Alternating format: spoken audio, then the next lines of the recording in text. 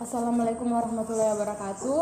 Kami dari kelompok 1 ingin mempresentasikan hasil kerja kelompok kami yang berjudul Budidaya Sagu hingga Pemanenan.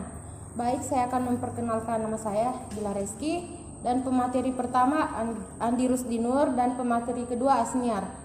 Dan dua orang lainnya Arniwati dan Tindayani tidak sempat hadir karena berhalangan. Baik, saya akan serahkan kepada pemateri pertama untuk membacakan materi. Baik, terima kasih kepada moderator. Bismillahirrahmanirrahim. Assalamualaikum warahmatullahi wabarakatuh. Baik, saya akan membacakan materi yang berjudul Budidaya Sagu hingga Pemanenan. Sebelum kita masuk kepada materi inti, terlebih dahulu kita harus mengetahui apa itu sagu. Jadi sagu ini adalah tepung atau olahan yang diperoleh dari pemprosesan teras batang rumbia atau biasa kita sebut pohon sagu. Dengan atau bahasa Latinnya itu Metroxylon rot. Untuk selanjutnya, untuk karakteristik untuk tumbuh sagu, itu yang pertama, curah hujan yang optimal bagi pertumbuhan sagu antara 2000 sampai 4000 mm per tahun. Jika curah hujannya seperti itu, maka yang terjadi adalah sagu dapat tumbuh sampai pada ketinggian 700 meter di atas permukaan laut. Yang kedua adalah karakteristiknya itu, yang kedua, suhu optimal untuk pertumbuhan sagu berkisar antara 24,50 sampai 29 derajat Celcius dan suhu minimal 15 derajat Celcius dengan kelembapan nipsi yaitu 90%. Yang ketiga, sagu dapat tumbuh baik di daerah 10 derajat lintang selatan sampai 15 derajat lintang utara dan 90 sampai 180 derajat bujur timur yang menerima energi cahaya matahari sepanjang tahun. Selanjutnya yang keempat, sagu dapat ditanam di daerah dengan kelembapan nisbi udara 40%. Kelembapan yang optimal untuk pertumbuhannya adalah 60%. Selanjutnya, tanaman sagu membutuhkan air yang cukup, namun penggenangan permanen dapat mengganggu pertumbuhan sagu. Jadi tanaman sagu ini butuh air yang cukup banyak. Tapi kalau misalnya di sekitarnya itu airnya itu terlalu banyak atau permanen tidak surut, itu tidak baik juga untuk pertumbuhan sagu.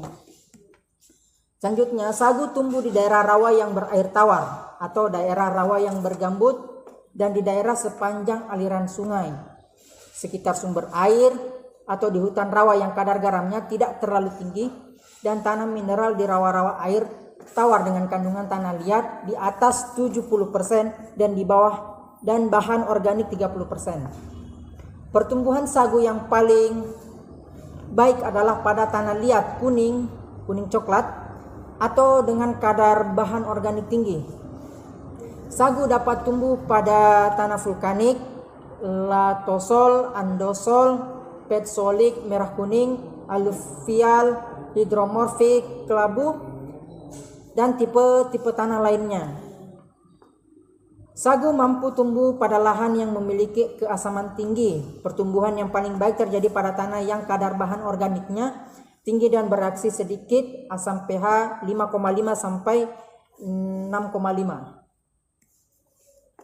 Ya, untuk judul selanjutnya, budidaya sagu. Kita masuk di budidaya sagu.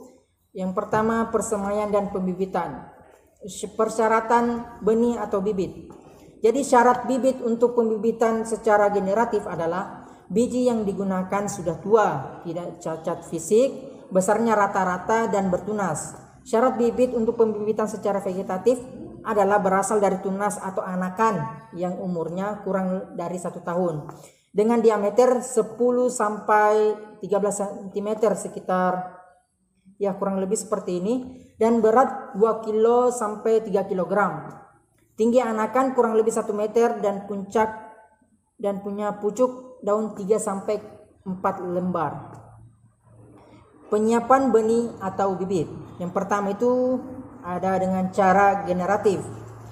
Biji yang digunakan berasal dari buah yang sudah tua dan jatuh atau rontok dari pohon induk yang baik, yaitu subur dan produksinya tinggi.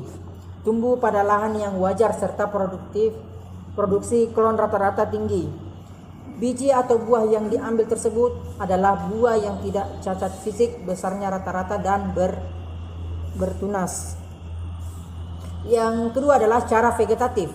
Pembiakan secara vegetatif dapat dilakukan dengan menggunakan bibit berupa anakan yang melekat pada pangkal batang induknya. Adapun cara pengadaannya adalah sebagai berikut. Ya, caranya itu yang pertama adalah pengambilan dengkel yang dipilih yang terletak di permukaan atas. Jadi anakannya ini yang berada di posisi atas, tidak berada di tengah-tengah pohon induknya. Karena otomatis kalau berada di tengah-tengah induknya itu susah untuk mengambilnya. Jadi yang dipilih itu yang berada di atas atau di luar. Yang kedua adalah pemotongan dilakukan di sisi kiri dan kanan sedalam 30 cm tanpa membuang akar serabutnya. Jadi yang perlu diperhatikan dalam pengambilannya itu dari dengkelnya ini, itu yang perlu diperhatikan adalah kita harus mengambil, usahakan utuh yang kita ambil itu dan harus ada akarnya. Jangan sampai kita tidak mengambil akarnya, karena percuma saja kita ambil batangnya tanpa ada akarnya, itu tidak bisa tumbuh. Yang ketiga adalah dangkal yang telah dipotong dibersihkan dari daun-daun yang ditempatkan pada tempat yang mendapat cahaya matahari langsung dengan bagian permukaan belahan tepat pada tempat di mana cahaya matahari jatuh selama 1 jam. Jadi anakan ini dia memerlukan cahaya matahari selama kurang lebih itu 1 jam. Yang keempat adalah luka bekas irisan dengkel yang masih tertanam segera dilumuri dengan zat untuk luka seperti TB 1982 atau acid free water. Ya, ini gunanya adalah untuk mencegah hama dan penyakit datang. Yang kelima adalah bibit sagu direndam dalam air aerobik selama 3 sampai 4 minggu. Setelah itu bibit ditanam.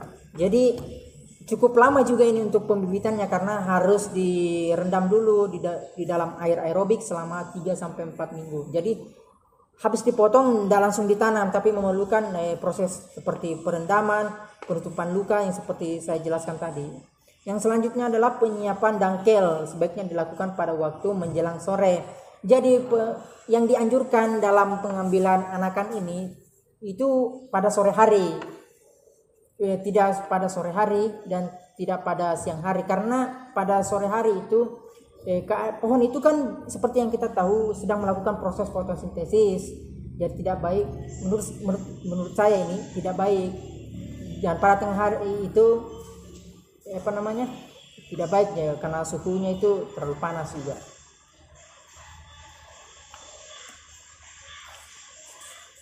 Yang selanjutnya adalah teknik penyemaian benih. Yang pertama itu cara generatif. Perkecambahan tak langsung. Penyiapan media wadah atau bak dari bata atau bambu berukuran tinggi 30 sampai 40 cm, panjang tidak lebih dari 2 meter dan lebar 1,2 sampai 1,5 cm. Selanjutnya sepertiga bagian bawah diisi pasir dan di atasnya itu serbuk gergaji basah. Selanjutnya penataan bibit. Bibit ditata dengan jarak 10 kali 10 cm banding 10 kali 15 cm atau 15 kali 15 cm dengan posisi miring atau tegak. Bagian lembaga diletakkan di bawah 3/4 bagian bibit ditekan dalam serbuk gergaji. Kelembapan media dijaga antara 80 sampai 90%. Setelah umur 1 sampai 2 bulan dan sudah berdaun 2 sampai 3 lembar, bibit dipindahkan ke bedeng pembibitan. Pembibitan atau perkecambahan tak langsung di media pembibitan. Yang pertama itu penyiapan media tanam. Tanah diolah sedalam 45 sampai 60 cm atau sampai 1 meter, tidak sampai 1 meter. Digemburkan dan ditambah pupuk dasar. Ukuran bedeng tingginya itu 30 cm banding lebar 1,25 meter dan panjangnya itu kurang lebih 8 sampai 10 dengan jarak antar bedengan itu 30 sampai 50 cm ya, kurang lebih ada setengah meter. Selanjutnya adalah pengaturan pembibitan tanpa penjarangan. Bibit ditanam dengan jarak 25 kali 25 cm sampai dengan 40 kali 40 cm. Pengaturan pembibitan dengan penjarangan. Pada mulanya bibit ditanam dengan jarak rapat yaitu 12,5 kali 12,5 cm atau 15 kali 15 cm atau bisa juga 20 kali 20 cm. Yang selanjutnya, yang poin keempat adalah pemeliharaan penyemaian. Yang pertama itu cara generatif dengan penjarangan. Yang pertama dilakukan setelah 1 bulan yaitu menjadi 25 kali 25 cm atau 40 kali 40 cm. Jadi proses penjarangan ini bisa kita lakukan setelah bibit tadi itu ukurannya itu sudah mencapai 25 kali 25 cm atau 40 kali 40 cm. Yang kedua, selama masa penyemaian kelembapan dipertahankan 80 sampai 90%. Yang ketiga, diberi naungan agar tidak kena cahaya matahari langsung. Yang keempat, penyiraman dilakukan setiap saat. Yang poin kelima adalah pemindahan bibit atau yang pertama itu cara generatif. Bibit yang berumur 6 sampai 12 bulan dapat dipindahkan atau ditanam. Cara pengangkatannya ke kebun atau tempat penanaman mudah dan bisa dikatakan murah. Yang kedua adalah cara vegetatif. Setelah diambil dapat langsung ditanam. Jadi cara yang vegetatif itu yang kayak tadi, yang dengkelnya itu diambil atau anakannya itu diambil, dilakukan yang bekas lukanya itu kita berikan zat-zat penutup luka agar hama dan penyakitnya tidak datang. Yang kedua itu kita lakukan dulu perendaman di zat aerobik, di air aerobik maksud saya, selama 3 sampai 4 minggu. Kemudian langsung bisa ditanam. Ya, yang tentu yang perlu dipersiapkan sebelum pemindahan ini itu adalah pengelolaan media tanam. Jadi persiapan, yang pertama itu persiapan. Kenapa dikatakan persiapan? Karena kita menanam pohon sagu ini biasanya itu di lahan yang belum pernah dibuka atau bisa dikatakan hutan. Jadi yang perlu kita lakukan adalah pemilihan media tanamnya di mana. Yang kedua adalah pembukaan lahan, yang seperti saya katakan bahwa biasanya itu kita akan membuka lahan baru untuk penanaman pohon sagu ini. Jadi yang perlu dilakukan adalah pembersihan. Kita memindahkan pohon-pohon yang bisa saja mengganggu tanaman sagu ini. Yang ketiga adalah pembentukan bedengan. Jadi setelah kita lakukan pembersihan lahan, kita selanjutnya adalah melakukan pembentukan bedengan seperlunya untuk pemindahan pohon sagu tadi. Ya, untuk selanjutnya mungkin saya serahkan kepada pemateri kedua, kepada pemateri, saya persilakan. Baik, terima kasih. Assalamualaikum warahmatullahi wabarakatuh. Waalaikumsalam warahmatullahi wabarakatuh. Kita masuk dalam pembentukan bedengan. Ukuran blok 400 kali 400 meter. Jadi satu blok luasnya 16 hektar. Biasanya di tengah-tengah blok dibangun kanal tersier. Yang kedua, kanal yang harus dibangun ada 3 macam, yaitu kanal utama, kanal sekunder, dan kanal tersier. Yang ketiga, kanal utama adalah kanal yang digali tegak lurus terhadap sungai. Dibangun di setiap 2 blok kebun sagu. Jaraknya dari kanal utama satu dengan yang lainnya adalah 800 meter. Fungsinya sebagai pengaliran air dari sungai ke dalam blok-blok sagu dan sebagai jalur transportasi utama dari kebun ke sungai dan sebaliknya, serta untuk penyangga pengaruh air pasang. Kanal utama ini lebarnya 2,5 meter. Sedangkan kanal sekunder adalah kanal yang digali tegak lurus terhadap kanal utama atau melintang pada blok dan kanal utama. Kanal ini berfungsi sebagai pembatas antara 4 blok sagu di sebelahnya, sebagai jalur transportasi sagu dari kebun dan atau kanal tersier ke kanal utama. Lebar kanal sekunder adalah 2 meter. Lalu kanal tersier. Kanal tersier adalah kanal yang digali pada pertengahan blok atau di antara 2 blok atau melintangi di antara blok-blok yang saling berseberangan dan sebagai jalur transportasi dari sagu bagian dalam ke sungai atau kanal utama, ke kanal sekunder atau juga ke kanal tersier melintang dan sebaliknya. Lebar kanal tersier adalah 1,5 meter dan saluran drainase lebarnya 0,75 sampai 1,00 meter. Yang kedua, penanaman dan penyulaman. Dalam penanaman dan penyulaman ini ada penentuan pola tanam, di mana sagu tuni 8x8 atau 9x9 meter. Hubungan segitiga sama sisi sehingga 1 hektar akan memuat 143 tanaman. Dan yang kedua, sagu hur 9x9 meter. Hubungan segitiga sama sisi sehingga 1 hektar akan memuat 143 tanaman. Yang ketiga, sagu molat 7x7 meter.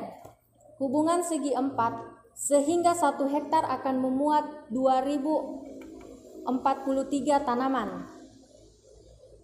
Selanjutnya, jika ketiga varietas ditanam secara bersama-sama, maka ditanam secara terpisah menurut blok. Selanjutnya, pembuatan lubang tanam, di mana dalam lubang tanam digali sebulan atau selambat-lambatnya 1 minggu sebelum penanaman dengan ukuran lubang 30x30x30 cm. Hasil galian tanah, bagian atas dipisahkan dari tanah lapisan bawah dan diberikan beberapa hari. Pada lubang tanam ini ditempatkan pancang-pancang bambu, tiap lubang 2 pasang. Dan kita masuk cara penanaman. Cara penanaman dilakukan dengan membenamkan dengkel ke dalam lubang tanam. Bagian pangkal dengkel ditutup dengan tanah remah bercampur gambut. Tanah penutup jangan ditekan tapi didengkel, jangan sampai bergerak. Tanah lapisan atas dimasukkan sampai separuh lubang, apabila mungkin dicampur puing-puing. Akar-akar dibenamkan pada tanah penutup lubang dan pangkalnya agak ditekan sedikit ke dalam tanah. Lalu, pengendalian hama dan penyakit.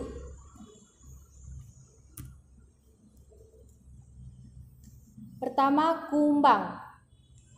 Mekanis dan biologis. Pengendalian secara mekanis adalah dengan cara pohon-pohon sagu yang mendapat gejala dari serangan hama ini terdapat lubang pada pucuk daun, bekas gerakan kumbang.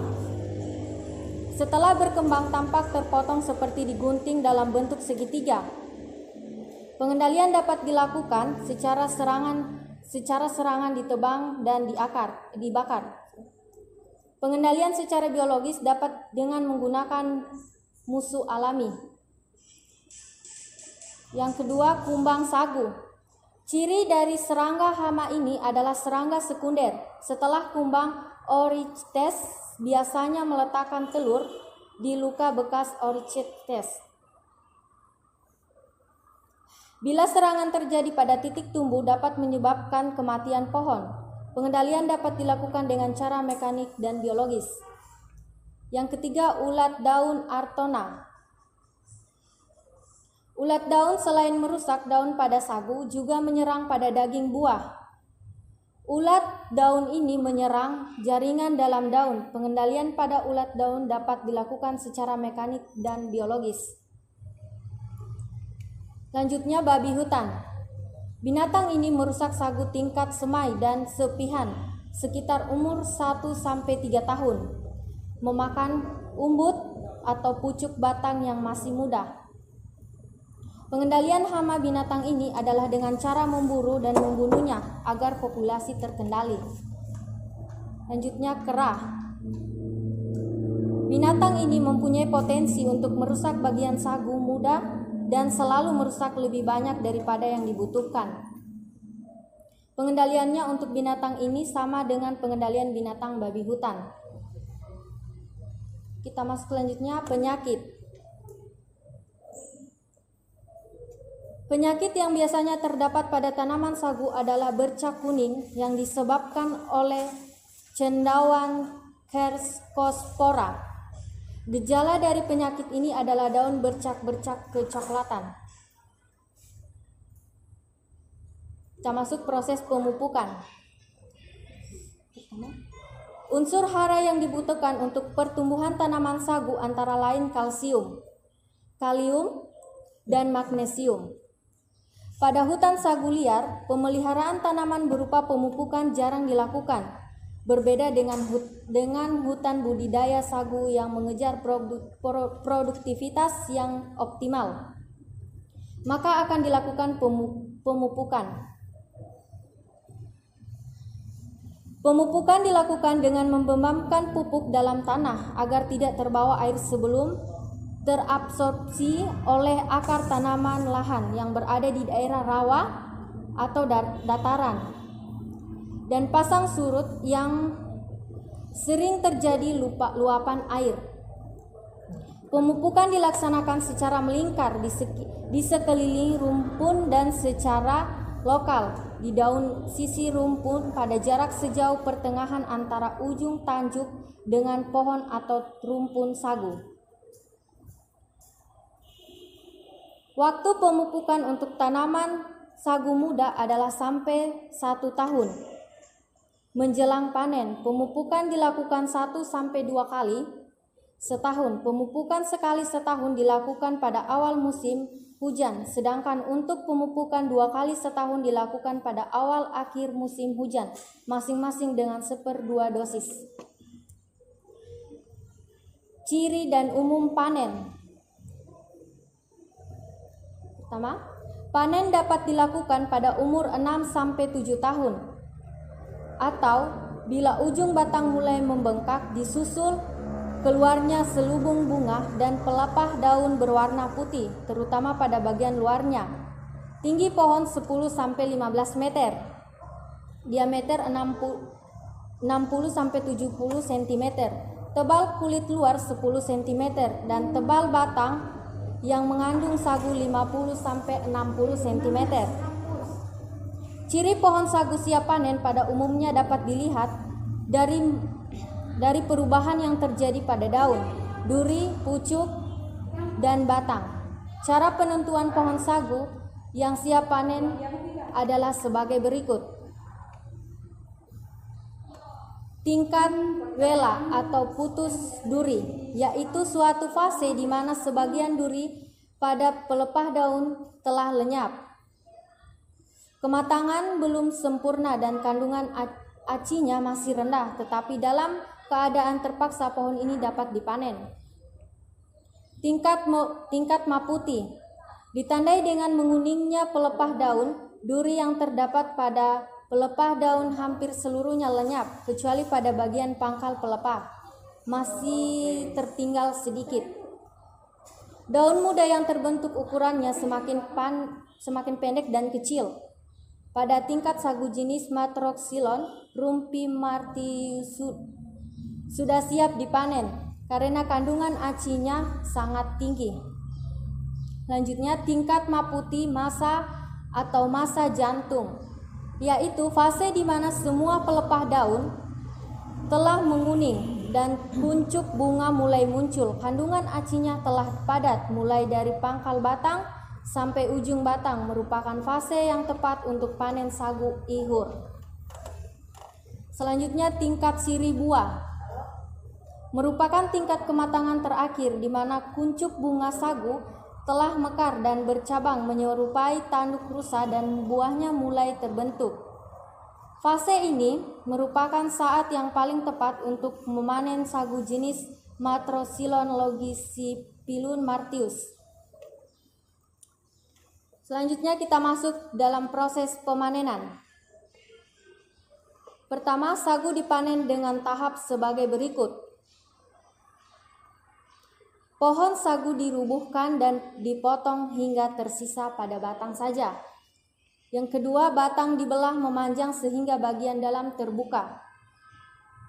Yang ketiga, bagian teras batang dicacah dan diambil.